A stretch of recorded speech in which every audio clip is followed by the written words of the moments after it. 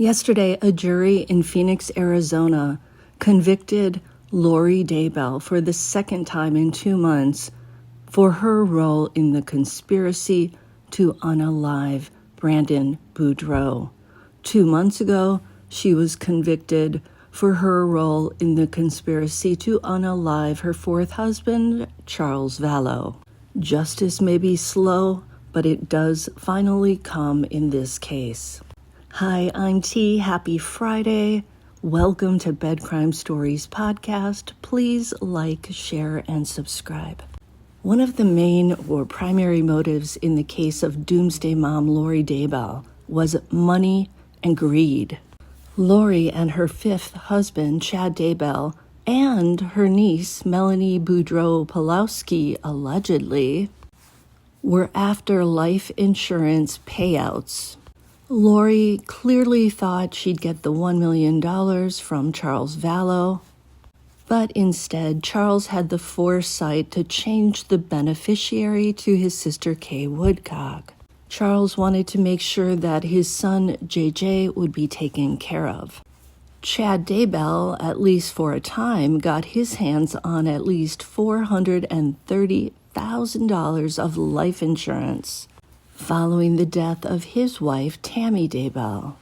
There were actually 2 life insurance policies on Tammy, and Chad was living on that money prior to getting arrested and being charged with 2 counts of insurance fraud and multiple counts of red rum and conspiracy to commit it and grand theft.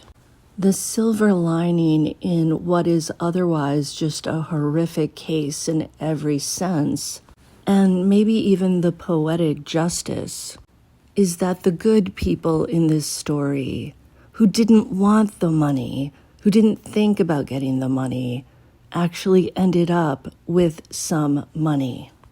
Kay Woodcock did get the $1 million. I'm sure to her that money is blood money and it is not a good thing. However, it has been said that she has shared the money with Charles' 2 sons, giving them each, reportedly, $250,000. That's really none of our business because it's up to Kay what she wants to do with those monies. And if they can make her life and the lives of her siblings any happier as they grow older, well done. That's good for her. Again, I know she didn't want that money. She wanted her grandson, JJ. Well, surprisingly, Brandon Boudreaux ended up $12 million richer, at least on paper, after he filed a lawsuit in March of 2020 alleging defamation.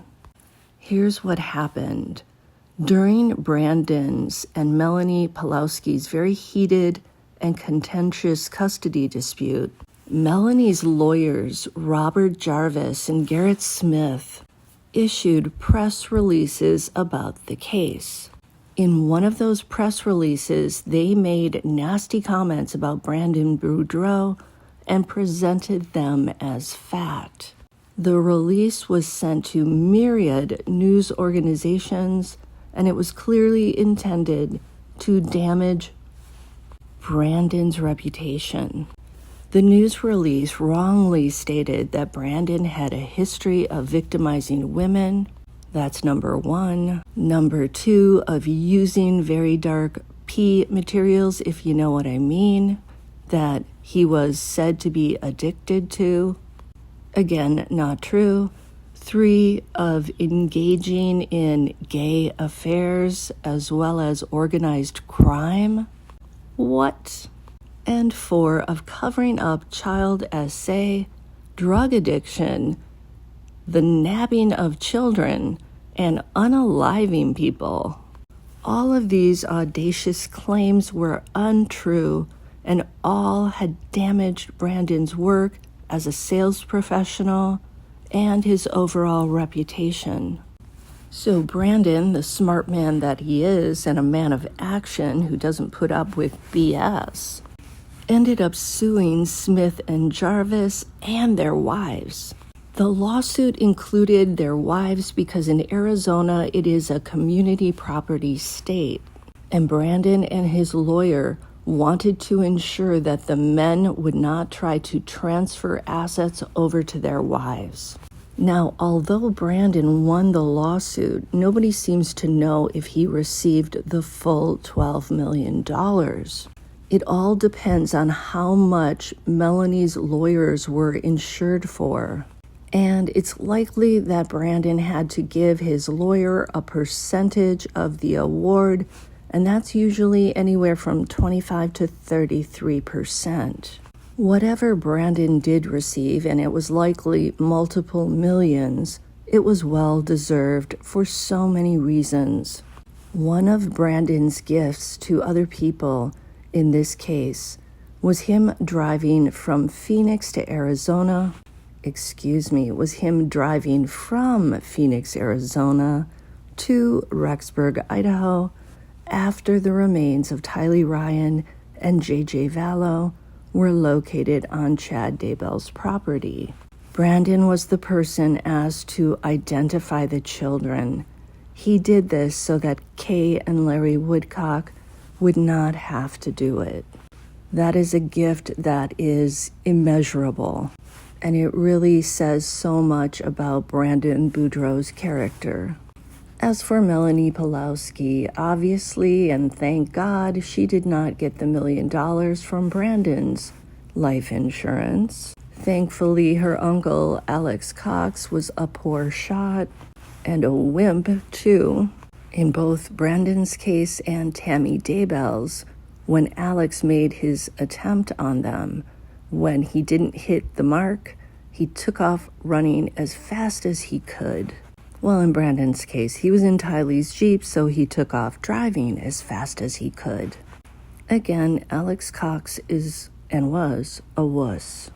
So if there's any poetic justice in this case, it's that the good people, the light-spirited people, the Kay Woodcocks, the Brandon Boudreaux, the ones who did not live their lives driven by a desire for money and their greed, they are the ones who ended up with money from the case.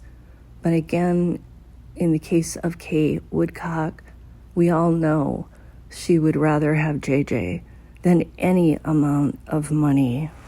I personally hope that now that Lori has been convicted in all of these cases, that they can now relax, take a breath, and try to enjoy the simple pleasures in life. And I also do hope that Melanie Pawlowski will soon be brought to a courtroom and be forced to explain her actions before, on the day of October 2nd, and after October 2nd, 2019, when Brandon nearly lost his life. She's got a lot of splaining to do. And I'm sure as her kids grow up, they're going to be well aware of this situation.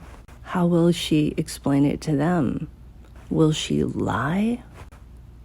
Probably she will. That's me speculating. That's my opinion, based on everything we've seen from her. Again, happy Friday, and I'll see you next time on Bed Crime Stories. Please like, share, and please subscribe to my channel. It's a free way you can say thank you for my work. See you next time. I love you guys.